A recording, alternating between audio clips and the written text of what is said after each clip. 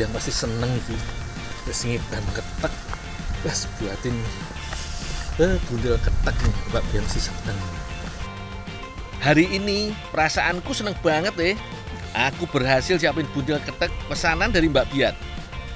Tolongin dong. Apa, Bu? Tolongin, orang kuat dong. Lah kan sopitan yang jero loh. Waduh, kasihan banget. Kayak ibu ini jatuh ke parit kering. Harus tak tolongin ini. Tapi iki makanan tak taruh mana ya? Ah, sini aja deh. Toh cuma sebentar. Cul.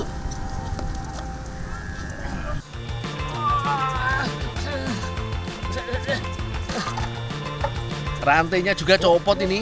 Harus tak benerin dulu.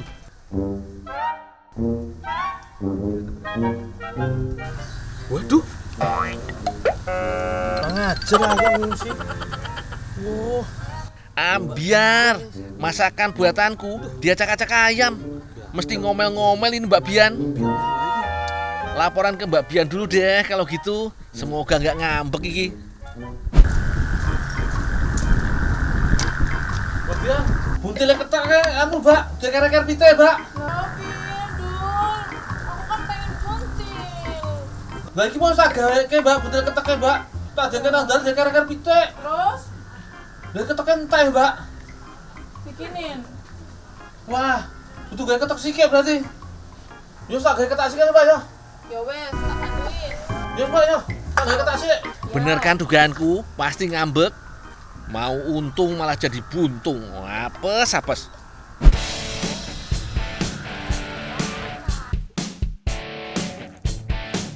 Untungnya di desa Sidomukti Kabupaten Kebumen ada pengolahan minyak kelapa.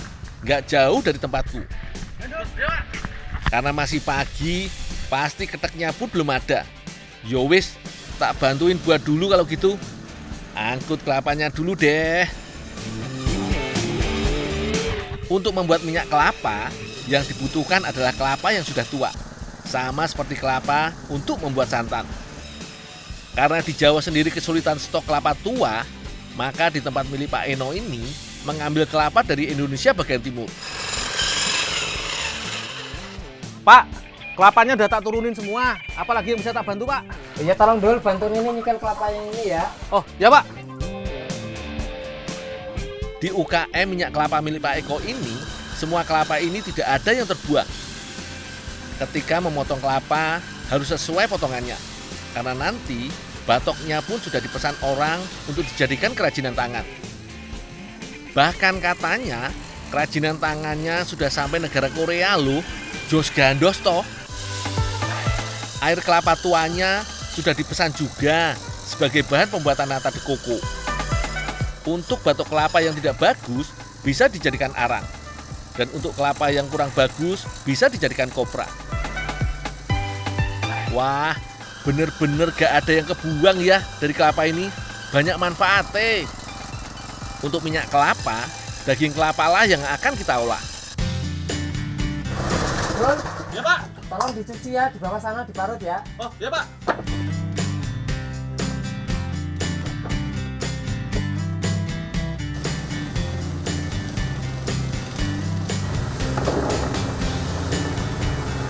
Sebelum diparut, sebaiknya daging kelapa dicuci dahulu.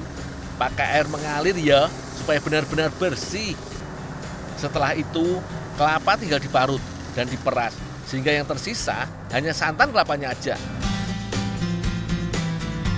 Prosesnya masih panjang, Lur. Hasil perasan berupa santan akan langsung direbus. Dul, tolong santan dibawa ke sana dulu, direbus. Oh, ya, Mas.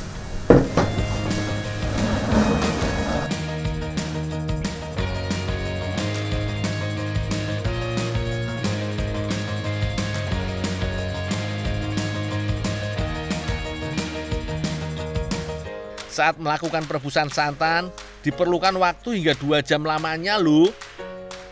Usahakan dengan api kecil dan terus diaduk agar tidak gosong. Setelah hampir 2 jam, barulah terlihat gumpalan santan dan minyak mulai terpisah.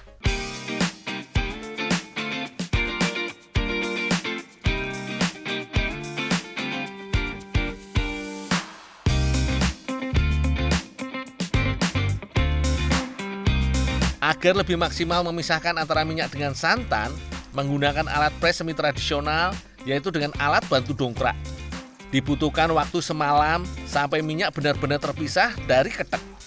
Biasanya, Pak Eko menjual ketek per kilogram sekitar Rp50.000. Namun di saat hari raya, harga ketek akan meningkat tajam karena banyak yang cari. Untungnya, Pak Eko wis nyiapin ketek yang sudah kering dan bisa kubawa untuk diberikan ke Mbak Bian. Aman, Mbak Bian gak ngamuk-ngamuk lagi ki. Langsung deh, tak anter ah. Pas banget iki, Mbak Bian dan Bu Yanti sudah menyiapkan bumbu-bumbu untuk memasak ketek. Mbak, suruh nganter ketek nih, Mbak. Oh iya, makasih Dul. Iya, Mbak. Pertama yang perlu disiapkan adalah kelapa yang diparut untuk mengambil santannya.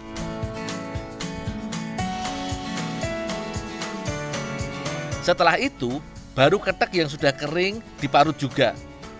Dilihat sekilas, ketek kering ini mirip dengan hati sapi. Selanjutnya, untuk bumbu yang dihaluskan, yaitu kemiri, ketumbar, lada putih, jahe, daun salam, dan tidak lupa garam dihaluskan.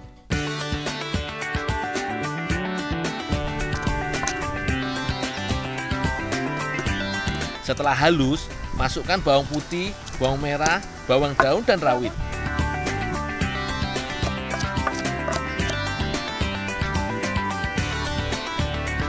Agar tekstur ketek makin halus, maka perlu ditumbuk juga.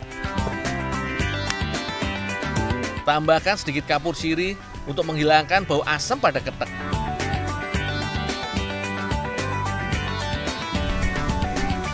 Aduk semua sampai rata. Tambahkan juga sedikit ikan asin biar makin mantep yo. Untuk mempercantik, tambahkan irisan cabai merah.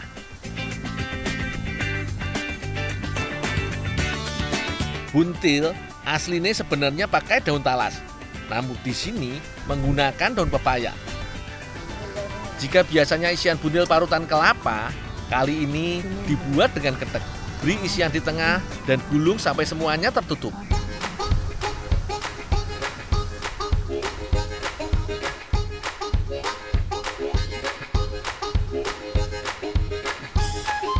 Agar isian ketek dan bentuk buntil sempurna, ojo lali diikat yo.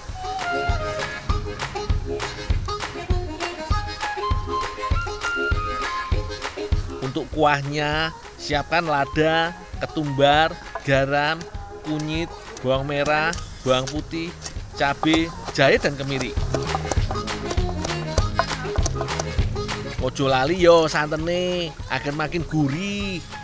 Ya udah Ndok. Udah Ibu, ayo.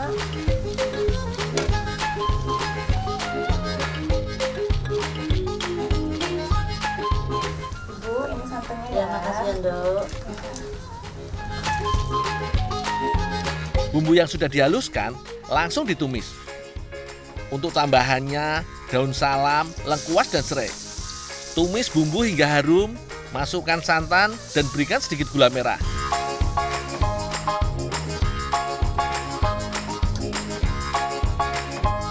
Tunggu sampai santannya benar-benar meresap dan daun pepayanya mulai lunak.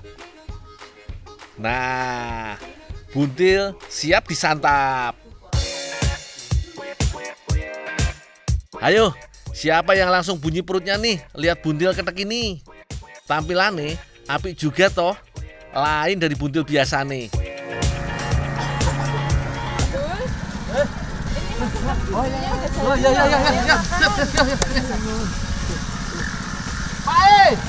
Pak! Masih apa lo?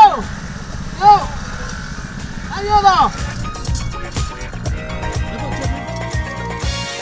Bener ae lur, rasane enak pol. Begitu gigitan pertama, daun pepaya yang sedikit pahit bertabrakan dengan gurihnya ketek sampai meremelek makane lur. Wah, bisa nambah terus gini carane.